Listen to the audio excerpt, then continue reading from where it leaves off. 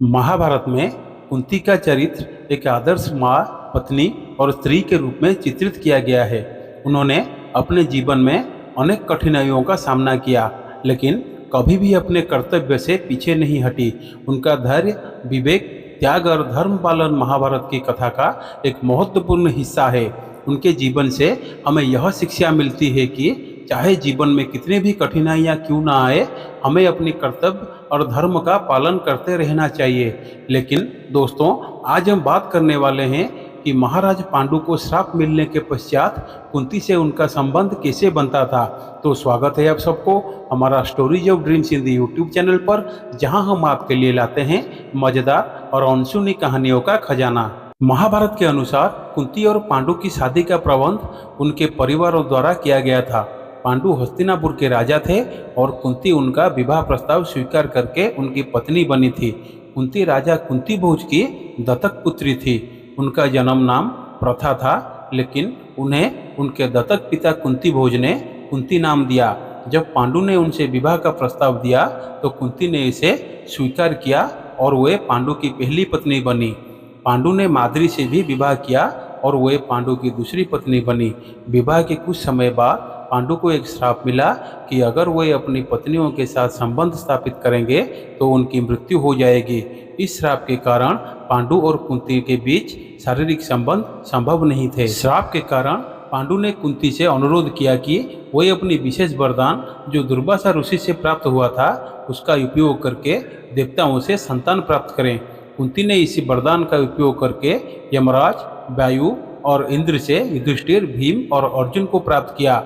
बाद में उन्होंने माद्री को यह वरदान दिया जिससे उन्होंने अश्विनी कुमारों से नकुल और सहदेव को प्राप्त किया था। इस प्रकार कुंती और पांडु का संबंध पारंपरिक वैवाहिक था, लेकिन पांडु के श्राप के कारण उनके बीच शारीरिक संबंध नहीं थे और उन्होंने देवताओं की कृपा से अपनी संतानों को प्राप्त की। पांडु के श्राप के बाद उन्होंने राज्य और जीवन के सुखों को त्याग कर अपनी दोनों पत्नियों कुंती और माद्री के साथ वनवास का निर्णय लिया। वन में पांडु ने तपस्या और साधना का जीवन व्यतीत करना शुरू कर दिया। उनके इस निर्णय में कुंती ने पूर्ण सहयोग दिया और वे पांडु के साथ वनवास में रही, जो उनके समर्पण और धैर्य का परिचायक था। वन में रहना एक चुनौतीपूर्ण कार्य था, विशेष रूप से राजा पांडु और उनकी रानियों के लिए, जिन्होंने राजसी जीवन व्यतीत किया था। कुंती को विशेष रूप से कई कठिनाइयों का सामना करना पड़ा था, जैसे वन में रहना, संतानों की देखभाल करना और अपने पति के कष्ट को सहन करना। इसके बावजूद कुंती ने कभी हार नहीं मानी और अपने कर्तव्यों का निर्वहन पूरी निष्ठा से किया। वनवास के समय ही पांडु एक दिन अपनी पत्नी माद्री के साथ थे। उन्होंने अपने श्राप को भूलकर माद्री के साथ शारीरिक संबंध बनाने का प्रयास किया, जिससे श्राप के प्रभाव से उनकी मृत्यु हो गई। माद्री ने अपने पति की मृत्यु के बाद सती होने का निर्णय लिया और अपने प्राण त्याग दिए। पांडु की मृत्यु और माद्री के सती होने के बाद कुंती ने पांडवों की देखभाल की जिम्मेदारी अपने ऊपर ले ली। वे पांचों पुत्रों को लेकर हस्तिनापुर वापस आ गई और उन्हें एक माँ और एक संरक्षक दोनों की भूमिका में रहकर पाला। कुंती ने अपने पुत्रों को जीवन के कठिनाइयों का सामना करने के लिए सशक्त बनाया और उन्हें हमेशा सत्य और धर्म के मार्ग पर चलने की प्रेरणा दी। कुंती का जीवन त्याग, धैर्य और साहस का प्रतीक है। उन्होंने अपने जीवन में कई कठिनाइयों का सामना किया, लेकिन उन्होंने कभी भी अपने कर्तव्यों से मुंह नहीं मोड़ा। उन्होंने अपने पुत्रों के प्रति अपने प्रेम, स्नेह और धर्म का पालन करते हुए हमेशा उन्हें सही मार्ग पर चलने की शिक्षा दी। महाभारत की कथा में कुंती का स्थान एक महत्वपूर्ण और प्रेरणादायक पात्र के रूप में है। कुंती और पांडवों के हस्तिनापुर वापस लौटने पर उनके सामने एक और चुनौती थी, कौरवों के साथ रहना और उनकी प्रतिद्वंदिता का सामना करना। कौरवों के पिता धृतराष्ट्र और माता गांधारी ने पांडवों का स्वागत तो किया, लेकिन उनके पुत्र दुर्योधन और उसके भाई पांडवों से ईर्ष्या करने लगे।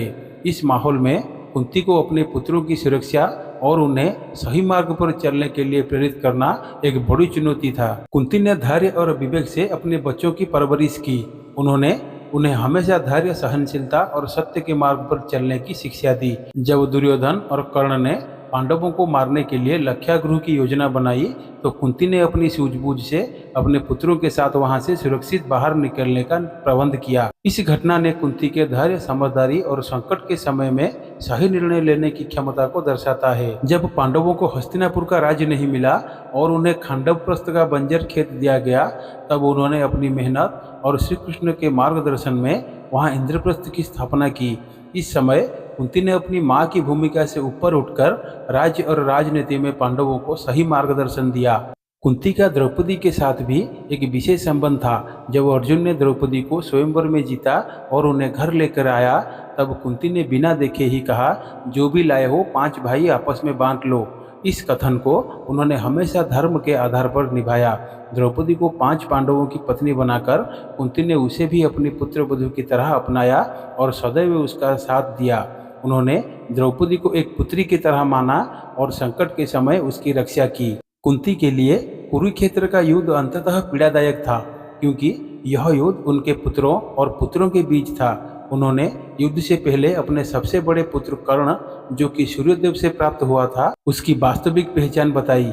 उन्होंने कर्ण से युद्ध में पांडवों का साथ देने का अनुरोध किया, लेकिन कर्ण ने यह कहकर मना कर दिया कि वो अपना कर्तव्य निभाएगा और दुर्योधन का साथ नहीं छोड़ेगा। कुरुक्षेत्र के युद्ध के बाद कुंती के लिए यह समय अंततः कष्टदायक था। उन्होंने अपने पुत्रों और पौत्रों को खो दिया था। युधिष्ठिर ने कर्ण की मृत्यु के बाद जब यह जाना कि कर्ण उनका सबसे बड़ा भाई था, उन्हें अत्यंत दुख हुआ और वे अपनी मां कुंती से बहुत क्रोधित हुए।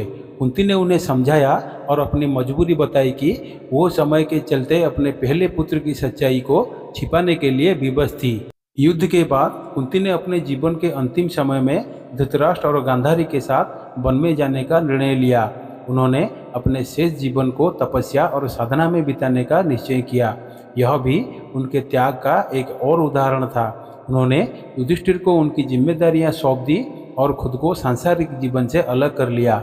कुंती का चरित्र एक आदर्श माँ, पत्नी और स्त्री के रूप में चित्रित किया गया है। उन्होंने अपने जीवन में अनेक कठिनाइयों का सामना किया, लेकिन कभी भी अपने कर्तव्य से पीछे नहीं हटी। उनका धैर्य, विवेक, त्याग और धर्म पालन महाभारत की कथा का एक महत्वपूर्ण हिस्सा है। उनके जीवन से हमें यह शिक्षा मिलती है कि चाहे जीवन में कितनी भी कठिनाइयाँ क्यों ना आए, हमें अपने कर्तव्य और धर्म का पालन करते रहना चाहिए।